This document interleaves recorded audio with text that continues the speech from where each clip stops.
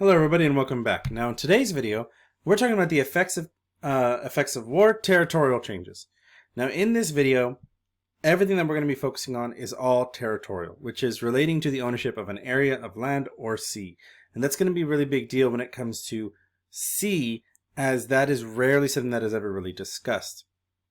Because leading to World War I, as we saw with Germany and the United Kingdom with the naval armed race, sea was such a significant deal. As we see in the middle of the war, when the British tried to open up a second front against the Ottoman Empire by attacking the Dardanelles in the Gallipoli campaign, sea and the ownership of seaports become a rather significant deal. Now, today we're going to be going over two different areas. We're going to talk about Europe specifically, and then we're going to talk about the Middle East, because those are the two where we see the most significant territorial changes post-World War I. World War II is going to be a completely different story. So, let's take a look at it. Well, World War I gives us two very different aspects here. So, as you can see on the map on my left, you have what Europe looked like leading to the war. You had Germany, Austria-Hungary, Serbia, Montenegro, Albania, Greece, Bulgaria, Romania, the Netherlands, Belgium, Luxembourg, France, Switzerland, and Italy. And all of this is all well and good, except after the war, we see a major shift, a major change with the rest of the world, as we can see here on the right-hand side. In fact, there are 5 new countries that come about from this. We see that Germany gets significantly smaller. Poland, a new country, gets created.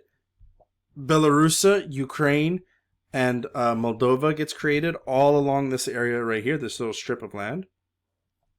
Romania gets bigger. Serbia, Montenegro, completely disappears. Instead, it turns into a new country called Yugoslavia. And we see Austria-Hungary being split into 3 countries: Austria, Hungary, and Czechoslovakia. So, as we've talked about, the German-Russian border completely shifts and creates a major country. And Austria-Hungary gets broken down into Czechoslovakia, Austria-Hungary, and Yugoslavia. Yugoslavia being made of multiple countries and multiple spaces. Now, what's interesting about this territorial change is this breakup of Austria-Hungary is what we were talking about when it came to the peacekeeping impacts, where Austria was already broken after the war. These divisions within the empire comes to a tipping point. I mean, as we saw leading up to the war in the Balkan wars, there were multiple countries who were trying to push to get Turkey out. Well, once the Ottoman Empire was out, World War I gave the Balkans, this region right here, a drive to push the Austro-Hungarians out, to push them into their own nation.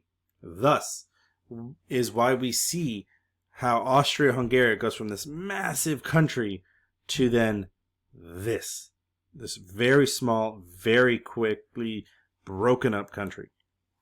And this whole area provides a very interesting dynamic in terms of the shifts of territory.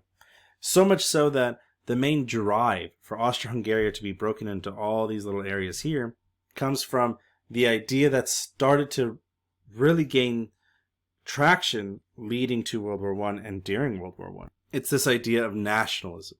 So Serbia, here, Montenegro, these two nations end up forming one full nation here, Yugoslavia, which is then also made of multiple other nations within.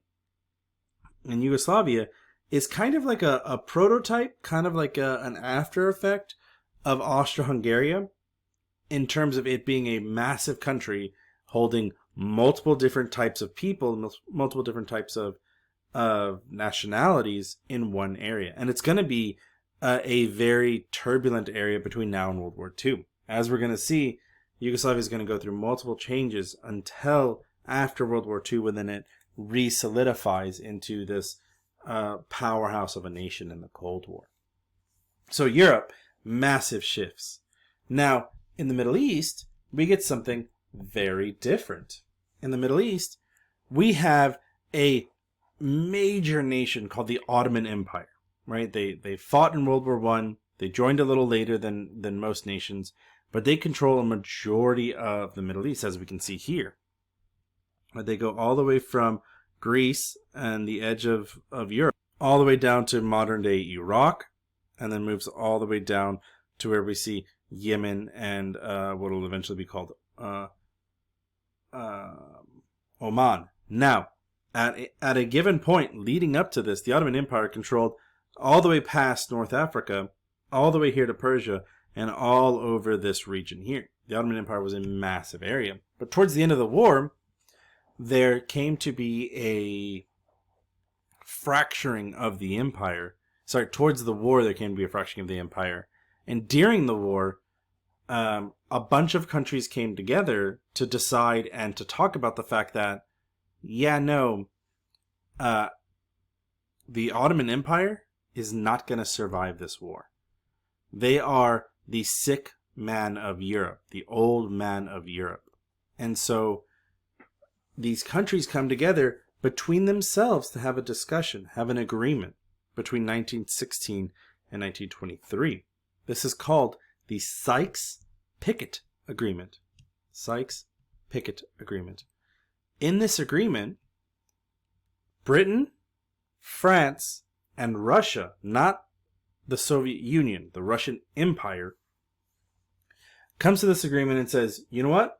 This whole area of the Ottoman Empire, we're just going to chop it up. We're going to cut it up, separate it, put it in all these different areas. We'll take some, you'll take some, you'll take this other. And ignoring any of the nations or any of the cultures and the various cultures that exist in this region, they just widely started drawing borders on a map. Well, by 1918, when the Russian Empire collapsed and we get the start of the Soviet Union, this Sykes-Picot Agreement was not brought up to the new Soviet government. Instead, this secret agreement was kept by the British and French and started incorporating whatever Russia was going to take into British and French dominion, British and French domain. And so that is what we get to as an effect of World War I, that at the end of the war, once the Ottoman Empire collapses, this whole region now looks like this, where this whole area up here, Turkey, is granted independence from itself by the British. This area right here is given to France as the mandate of Syria. Iraq, modern day Iraq, from here, right? You can see this where the lakes go from here this way, is now British colony, and then down here is yet another British colony. And then these other areas are to an extent given control, right? There's the British still control this area, and Saudi Arabia controls this area down. So despite the fact that in this area of Syria there are 3 different countries, despite the area here of Palestine there are 2 different countries, despite the fact that here in Iraq there are 3 different cultures that exist there, as you can see with like Kuwait in the very bottom, and the Kurdish people in the north. So this area just widely cut it up to create an environment, an establishment that is going to cause massive destabilization that we feel today.